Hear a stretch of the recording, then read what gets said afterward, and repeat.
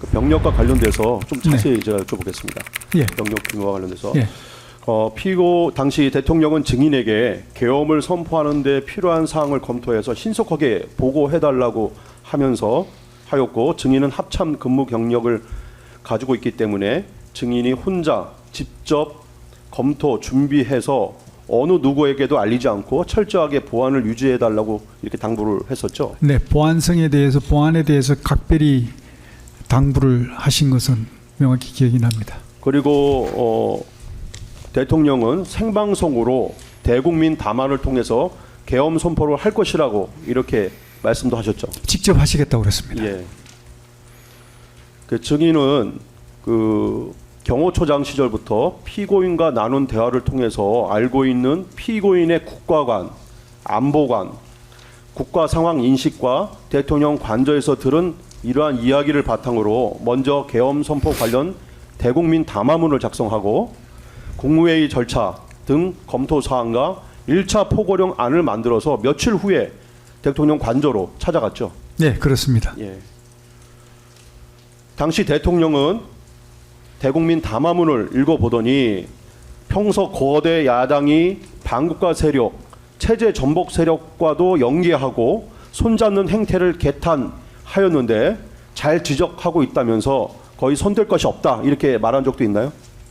예, 제 나름대로 이제 대통령님의 평소 생각을 많이 반영한다고 노력을 했습니다만 대통령께서 어떻게 생각하실까 궁금했는데 그때 제 기억은 크게 손질을 안 한 수정 소요가 크게 없었던 것 같습니다. 워딩 몇 개만 이게 바꾸신 걸로 저는 기억이 납니다. 대통령은 국무회의가 필요하다는 보고를 하셨잖아요. 네. 예, 그 보고를 받고 계엄 선포를 위한 국무회의를 일반적인 주례 국무회의처럼 하면 대국민 담화를 하기도 전에 안건이 다 새 나가서 혼란이 생기고 군이 더 많이 투입해야 되는 상황이 발생하니까 밤 10시경 대국민 담화를 하고 두세 시간 전부터 국무위원들을 대통령실에 보안 손님으로 소집하는 것이 좋겠다 이렇게 얘기한 바도 있습니까? 네, 그 말씀의 배경은 제가 이제 국무회의 관련해서 보고를 드리면서 좀 이런 어떤 부분의 신속성이나 보안성 문제가 좀 문제가 있을 것 같다고 말씀을 드렸더니 대통령께서 이렇게 하는 게 좋겠다고 아이디어를 말씀하셨고 대통령께서 그런 지침을 주셔서 제가 그렇게 한 걸로 기억합니다. 증인이 대통령께 보고드린 국무회의는 당연히 정족수를 갖춘 국무회의를 얘기하는 것이죠? 그렇습니다. 네. 정족수를 안 갖춘 국무회의라는 게 있을 수 있습니까? 그것은 없는 걸로 알고 있습니다.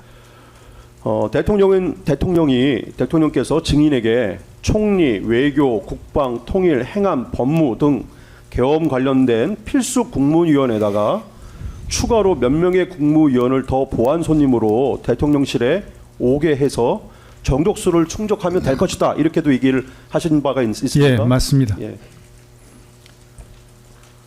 대통령은 비상계엄은 대통령의 국가 긴급급 행사이므로 주례 국무회의처럼 할 수 없고 신속 보완 필요성이 있으면 이런 방법으로도 할 수 있다 이렇게도 얘기를 했습니까? 예, 그래서 제가 안심을 했습니다. 예. 그전에는 국무회의 때문에 제가 굉장히 고민을 많이 했었거든요. 이걸 어떻게 해야 되나 하는 고민을 많이 했었는데 그런 고민을 대통령께서 해소시켜 주신 것으로 저는 기억이 남습니다. 증인이 고민했던 국무회의라는 것이 통상 주례 국무회의라는 그렇습니다. 것은 안건이 회부되면 상정되면 차관 회의가 먼저 이루어지죠. 차관들이 먼저 회의를 통해서 안건을 조정하고 최종적으로는 그 안건이 국무회의 위에 올라가기 때문에 이 모든 절차를 거친다면은 당연히 누설 또는 보안 취약성 이런 문제가 발생하기 때문에 그렇습니다. 걱정을 하셨다는 것이죠. 네, 맞습니다. 예. 그날 대통령은 증인에게 병력과 관련돼서 보병 1개 중대 규모가 몇 명이냐 이렇게 물어본 바 있습니까? 네, 뭐 그 유사하게 좀 하문하신 걸로 기억합니다. 이에 증인은 120명에서 130명 가량 된다고 하자 당시 대통령이 2개 중대 규모 250명씩 2개 병력으로 구성해서 2개 50명을 2개 병력으로 구성해서 한 개 250명은 국회에 또 한 개 병력은 선거관리위원회 전산 시스템이 있는 곳에 나누어 보내라 이렇게 말하는 사실 있습니까? 사실 뭐 250명, 280명 뭐 이런 말씀이 막 계셨다는 어떤 그 기억은 크게 제가 뭐 이렇게 나진 않습니다. 왜냐하면 제가 그때 느낌은 뭐 대통령님 차원이나 제 차원에서 250명이나 280명 뭐 이런 것들이 무슨 큰 의미가 있겠느냐. 예. 그것보다는 대통령님의 그 말씀 자체는 병력을 최소화해서 투입을 시키라는 그런 의지의 표현으로 저는 받아들이기 때문에 숫자에 대해서는 제가 신경을 솔직히 못 썼습니다. 혹시 경험 있는 부사관 이상으로 편성하라라고 헌재에서도 답변을 하셨는데요. 대통령이 이렇게 말씀하셨다고. 그건 말씀하신 바 예. 있습니다. 그러니까 사고가 발생할 수 있기 때문에 경험이 많은 부사관 이상 간부 위주로 편성을 해라 이런 말씀하셨죠. 예, 그렇습니다. 예.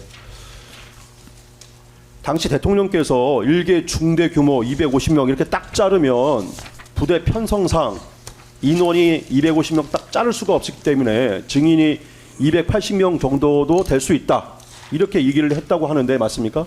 예, 그래서 이제 그런 어떤 이 숫자에 대한 기억이 제가 좀 명확하지 않고 예. 그런 어떤 것들이 그런 숫자의 의미보다는 병력을 최소한으로 투입을 시키라는 대통령의 의지의 표현이라고 저는 그렇게 받아들였던 것입니다.